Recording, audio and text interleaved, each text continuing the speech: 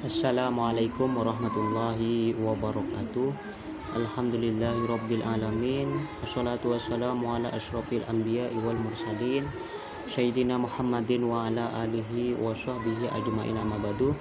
Yang saya hormati guru pengampu saya Bapak Fajar, dan tak lupa pula yang saya hormati teman-teman HKI Angkatan 2020. Pertama-tama marilah kita panjatkan puja dan puji syukur kehadirat Allah Subhanahu wa taala yang telah melimpahkan nikmatnya kepada kita semua, sehingga saya pada kesempatan kali ini bisa melaksanakan tugas yang sudah diberikan oleh Bapak, yang mana saya mengambil judul konsep maqasidus syariah menurut Imam Asy-Syatibi. Semoga apa yang saya lakukan ini mendapatkan barokah dan dihitung pahala oleh Allah Subhanahu wa taala. Amin amin ya mujib salin. Kedua kalinya salam beserta salam semoga tetap tercurah limpahkan kepada kehariban kita Nabi besar Muhammad sallallahu alaihi wasallam, karena berkat ekspansi beliau kita semua bisa terangkis dari alam jahiliyah menuju alam yang terang menerang yang seperti saya rasakan pada kali ini. Langsung saja, tidak panjang lebar, saya langsung menjelaskan tentang konsep maqasidus syariah menurut Imam Asy-Syatibi. Berbicara masalah maqasidus syariah adalah berbicara apa maksud dari pensyariatan agama, memperhatikan berbagai persoalan yang dibicarakan Al-Quran, dan berbagai tujuan dari penjelasan Al-Quran dapat kita tangkap bahwa tujuan dari pensyariatan Islam itu adalah untuk menjelaskan berbagai hal tentang alam ini. Manfaatnya bagaimana caranya memanfaatkan yang benar dan yang menyebabkan kerusakan.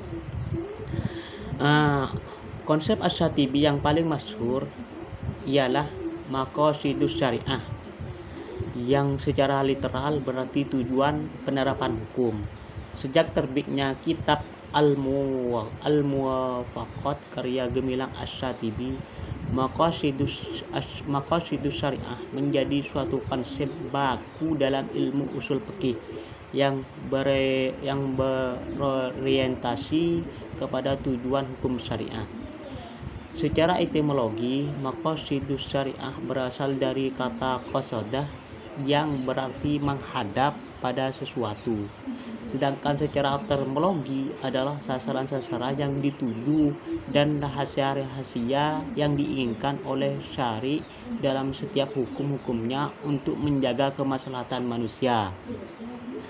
Dan di sini pembagian maqasidus syariah, yaitu maqasidus syariah menurut Imam Asy-Syatibi umumnya dapat dikelompokkan menjadi dua kategori, yaitu pertama yang berkaitan dengan tujuan syariah Tuhan, yang kedua yaitu berkaitan dengan tujuan para mukallaf, orang yang telah mampu bertindak hukum.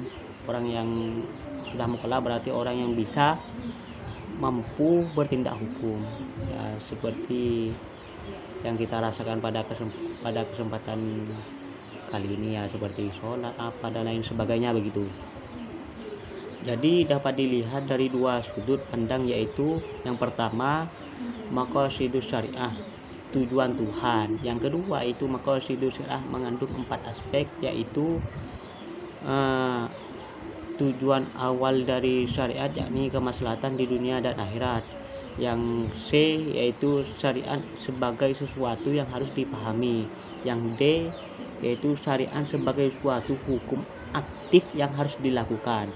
Yang E, tujuan syariat adalah membawa manusia ke bawah naungan hukum. Aspek pertama, dan adapun yang sudah dijelaskan beberapa bagian ini. Yang pertama yaitu aspek pertama berkaitan dengan muatan dan hakikat maqasid al-syariah. Aspek kedua berkaitan dengan dimensi bahasa agar syariat dapat dipahami sehingga dicapai kemaslahatan yang dikandungnya. Aspek ketiga berkaitan dengan pelaksanaan ketentuan-ketentuan syariat dalam rangka mewujudkan kemaslahatan. Juga berkaitan dengan kemampuan manusia untuk melaksanakan aspek terakhir berkaitan dengan kepatuhan manusia sebagai mukallaf di bawah dan terhadap hukum-hukum Allah begitu.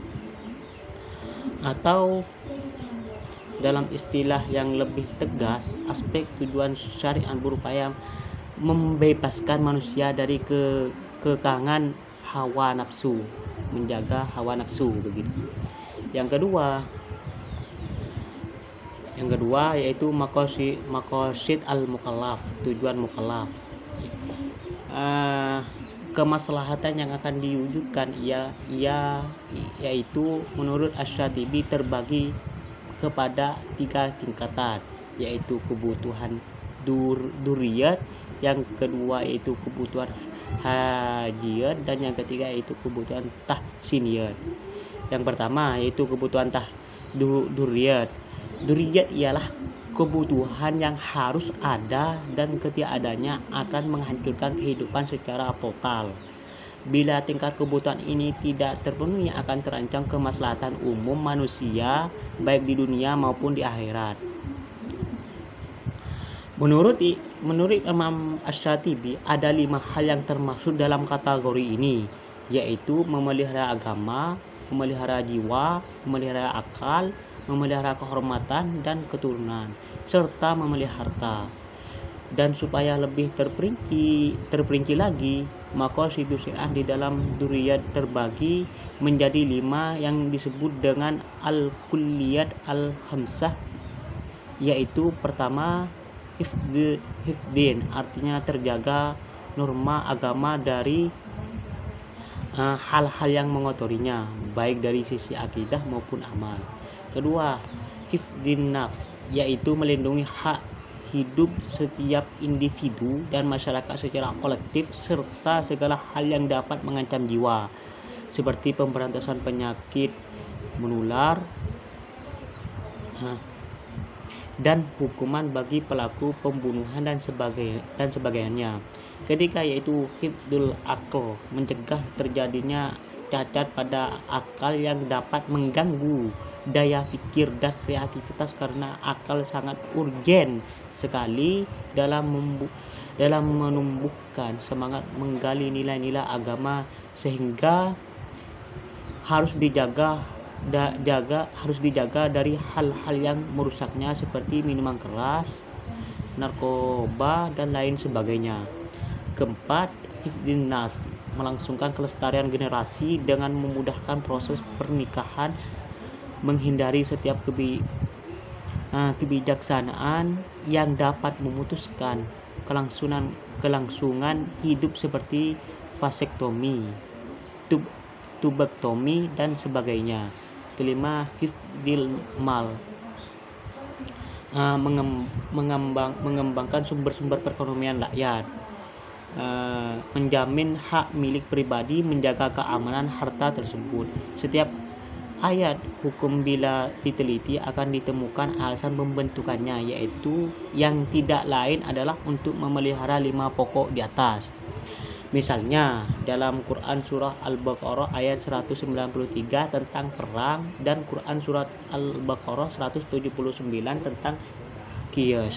Pada ayat pertama diketahui tujuan disyariatkan perang adalah untuk melancarkan jalan dakwah apabila terjadi gangguan dan mengajak umat manusia untuk menyembah Allah.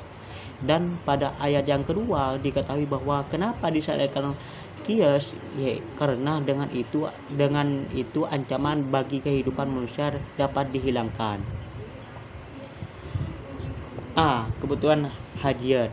Hajiyat ialah kebutuhan di mana bila tidak terwujud tidak sampai mengancam keselamatannya, namun akan mengalami kesulitan hajiyat. Yang dimaksud untuk menghilangkan kesulitan atau menjadikan pemeliharaan terhadap 5 unsur pokok lebih baik lagi. Dengan kata lain, hal-hal diperlukan manusia dengan tujuan membuat ringan, lapang, nyaman dalam menanggulangi kesulitan beban yang harus dipikul dalam mengulangi kehidupan. Dalam kategori ibadat, Islam mensyariatkan beberapa hukum rukhsah atau keringanan. bila mana kenyataannya mendapat kesulitan dalam menjalankan perintah Allah. Misalnya, seperti Islam membolehkan tidak berpuasa bagi orang yang berjalan jauh dengan syarat diganti, dan demikian juga dengan orang-orang yang sakit. Dalam kategori muamalat, hukuman diat bagi pembunuh tidak sengaja dan menangguhkan hukuman potong tangan atas seorang yang mencuri karena terdesak untuk menyelamatkan jiwanya dari kelaparan. Itu yang selanjutnya, kebutuhan tahsiniyat. Tahsiniyat ialah tingkat kebutuhan yang apabila tidak terpenuhi tidak mengancam eksistensi salah satu dari 5 pokok di atas dan tidak pula menimbulkan kesulitan. Tingkat kebutuhan ini berupaya kebutuhan pelengkap. Tahsiniyat ini juga dapat disebut suatu yang diperlukan untuk menjadi kehidupan lebih indah dan harmoni, yang dapat menghias kehidupan sosial dan menjadikan manusia mampu berbuat dalam urusan-urusan hidup secara lebih baik.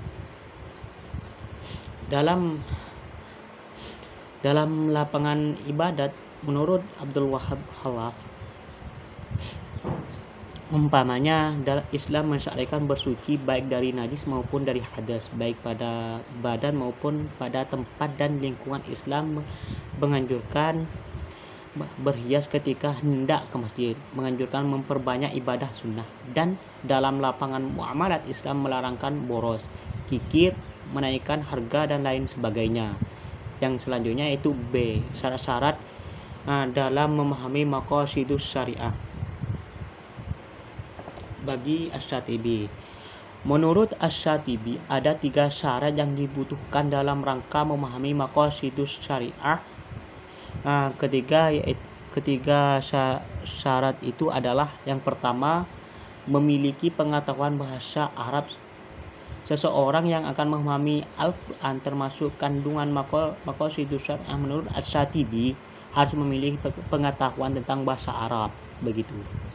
Termasuk di dalamnya pengetahuan tentang kebiasaan-kebiasaan bangsa Arab dalam menggunakan bahasa mereka. Berdasarkan atas tingginya bahasa Al-Quran, maka pengetahuan tentang bahasa Arab pada hakikatnya mesti dimiliki oleh orang yang ingin mendalami kandungan Al-Quran. Pengetahuan dan kemampuan bahasa Arab dalam memahami Al-Quran atau kandungan aspek syariatnya, bagi Asy-Syatibi menjadi tolak ukur pemahaman syariat itu sendiri. Yang kedua yaitu memiliki pengetahuan tentang sunnah. Menurut Asy-Syatibi, sunnah merupakan sumber kedua ajaran agama setelah Al-Quran bagi Asy-Syatibi. Posisi kedua sunnah merupakan penjabaran dari Al-Quran ini. Berarti sunnah sebagai penjabar menepati posisi yang lebih rendah dari posisi yang dijabarkan. Apabila Al-Quran yang dalam istilah Asy-Syatibi disebut mubayyan tidak ada, maka hadis sebagai bayan tidak diperlukan.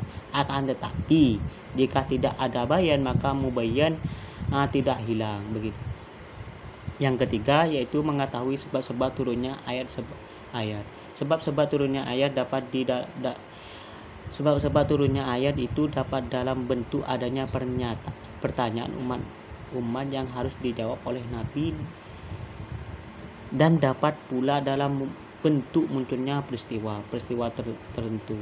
Ayat-ayat Al-Quran yang turun dengan latar belakang tertentu hanya dapat dipahami secara sempurna apabila latar belakang yang menjadi sebab turunnya ayat itu dapat diketahui dengan baik. Oleh karena itu, bagi Asy-Syatibi, pengetahuan tentang sebab turunnya ayat adalah mutlak diperlukan untuk memahami kandungan Al-Quran.